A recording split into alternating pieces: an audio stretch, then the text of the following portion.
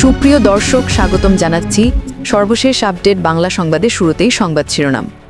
শুরুতেই জানিয়ে দেব মাত্র ২০ দিন শুনানিতেই রায়। হাসিনার ফাঁসিতে জ্বলছে বাংলাদেশ, রক্তক্ষয়ী সংঘর্ষে ফের ঝরল প্রাণ, দেশ জুড়ে শাটডাউন। বিস্তারিত থাকছে প্রতিবেদনে।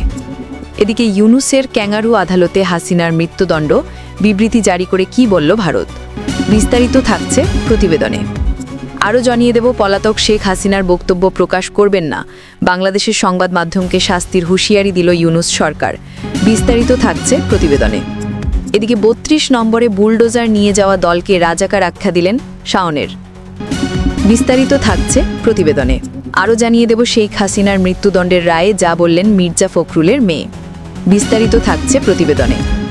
এবং সর্বশেষ জানিয়ে দেব হাসিনার ফাঁসির সাজায় বিস্ফোরক তসলিমা, ইউনুসকে ক্রিমিনাল দাগে আগুনে পোস্ট বিদ্রোহী। এতক্ষণ শুনছিলেন সংবাদ শিরোনাম, এবারে বিস্তারিত। মাত্র ২০ দিন শুনানিতেই রায়, হাসিনার ফাঁসিতে জ্বলছে বাংলাদেশ, রক্তক্ষয়ী সংঘর্ষে ফের ঝরল প্রাণ, দেশ জুড়ে শাটডাউন। আওয়ামী লীগ নেতা জাহাঙ্গীর কবির নানক দলের ফেসবুক পেজে একটি ভিডিও প্রকাশ করে আদালতের বিচার প্রক্রিয়া নিয়ে প্রশ্ন তুলেছেন, বিস্ফোরক অভিযোগ করেছেন। জি ২৪ ঘণ্টা ডিজিটাল ব্যুরো, জ্বলছে ইউনুসের বাংলাদেশ, কাঁদানে গ্যাস, লাঠিচার্জ, সংঘর্ষ। শেখ হাসিনার ফাঁসির রায়ের পর ফের উত্তপ্ত বাংলাদেশ, নতুন করে সংঘর্ষ ছড়িয়েছে ঢাকাসহ বাংলাদেশের একাধিক জায়গা। ইতিমধ্যেই রক্তক্ষয়ী সংঘর্ষে প্রাণ হারিয়েছেন ২ জন। হাসিনার মৃত্যুদণ্ডাদেশের প্রতিবাদে গোটা বাংলাদেশ শাটডাউনের ডাক দিয়েছে আওয়ামী লীগ। ২০২৪ জুলাইতে ছাত্র বিক্ষোভের সময় গণহত্যার দায়ে সোমবার শেখ হাসিনাকে ফাঁসির সাজা শুনিয়েছে বাংলাদেশের আন্তর্জাতিক অপরাধ ট্রাইব্যুনাল। মানবতা বিরোধী অপরাধে দণ্ডিত করা হয়েছে প্রাক্তন প্রধানমন্ত্রীকে। শেখ হাসিনার মৃত্যুদণ্ডের রায় ঘোষণার পর থেকেই রাজধানী ঢাকাসহ বাংলাদেশের কয়েকটি স্থানে আওয়ামী লীগ সমর্থকদের সঙ্গে পুলিশের ব্যাপক সংঘর্ষ দেখা দেয়।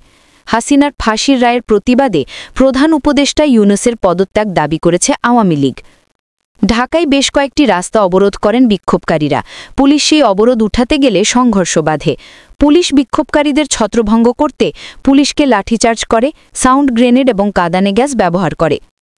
আওয়ামী লীগ নেতা জাহাঙ্গীর কবির নানক দলের ফেসবুক পেজে একটি ভিডিও প্রকাশ করে এই রায়কে পক্ষপাতিত্ব দুষ্ট ও রাজনৈতিকভাবে উদ্দেশ্য প্রণোদিত বলে অভিহিত করেছেন। আদালতের বিচার প্রক্রিয়া নিয়েও প্রশ্ন তুলেছেন। নানক অভিযোগ করেন, ১৪ই আগস্ট বিচার শুরু হয়, ১৭ই নভেম্বর রায় ঘোষণা করা হয়। এই ২ মাসের মধ্যে আদালতের শুনানি হয়েছে মাত্র ২০ দিন। ৮৪ জন সাক্ষীর মধ্যে মাত্র ৫৪ জনের সাক্ষ্য গ্রহণ করা হয়েছে। প্রধান বিচারপতি নিজে ১ মাস অনুপস্থিত ছিলেন। তারপরেও কি করে এই রায় ঘোষণা করা হলো? এদিকে পলাতক শেখ হাসিনার বক্তব্য প্রকাশ করবেন না, বাংলাদেশের সংবাদ মাধ্যমকে সতর্ক বার্তা দিল ইউনুস সরকার, শাস্তির হুঁশিয়ারি। সোমবার জুলাই হত্যাকাণ্ডের মামলায় হাসিনাকে ফাঁসির সাজা শুনিয়েছে বাংলাদেশের আন্তর্জাতিক অপরাধ ট্রাইব্যুনাল। আর সেই দিনই বাংলাদেশের জাতীয় সাইবার সুরক্ষা এজেন্সি একটি প্রেস বিবৃতি দিয়ে জানিয়েছে, হাসিনার বক্তব্য প্রকাশ করা থেকে বিরত থাকুক দেশের সমস্ত গণমাধ্যম। বিবৃতিতে বলা হয়েছে, অপরাধী এবং পলাতক হাসিনার বক্তব্য হিংসায় প্ররোচনা দিতে পারে। সেই বক্তব্য ছড়িয়ে পড়লে অপরাধমূলক কাজকর্ম বৃদ্ধি পাওয়া ছাড়াও বাংলাদেশের সামাজিক সম্প্রীতি নষ্ট হতে পারে বলে আশঙ্কা করা হয়। তাই বাংলাদেশের জাতীয় নিরাপত্তা এবং শৃঙ্খলা রক্ষায় এই ধরনের কাজ থেকে বিরত থাকার কথা বলা হয়েছে। ওই বিবৃতিতে এও বলা হয়েছে যে যেভাবে কয়েকটি সংবাদ মাধ্যম হাসিনার বক্তব্য প্রকাশ বা প্রচার করছে তাতে জাতীয় সাইবার সুরক্ষা এজেন্সি উদ্বিগ্ন। একই সঙ্গে সরকারের নিয়ন্ত্রণাধীন ওই সংস্থা সাইবার সুরক্ষা সংক্রান্ত অধ্যাদেশের কথা উল্লেখ করে জানিয়েছে, জাতীয় নিরাপত্তা সম্প্রীতি ক্ষতি করে বা ধর্ম বা জাতিগত বিদ্বেষে উস্কানি দেয় এমন বিষয়বস্তুকে ব্লক বা মুছে দেওয়া হতে পারে। মিথ্যা পরিচয় দিয়ে বা অবৈধভাবে ঘৃণাভাষণ ছড়ালে ২ বছরের জেল কিংবা ১০ লক্ষ টাকা অর্থাৎ বাংলাদেশি মুদ্রায় পর্যন্ত জরিমানা হতে পারে বলেও সতর্ক করা হয়েছে। এদিকে শেখ হাসিনার মৃত্যুদণ্ডের রায়ে যা বললেন মির্জা ফখরুলের মেয়ে। জুলাই গণ অভ্যুত্থানের মুখে দেশ ছেড়ে পালিয়ে ভারতে আশ্রয় নেওয়া সাবেক প্রধানমন্ত্রী শেখ হাসিনার বিরুদ্ধে ঘোষিত মৃত্যুদণ্ড নিয়ে কথা বলেছেন বিএনপি মহাসচিব মির্জা ফখরুল ইসলাম আলমগীরের মেয়ে শামারোহ মির্জা।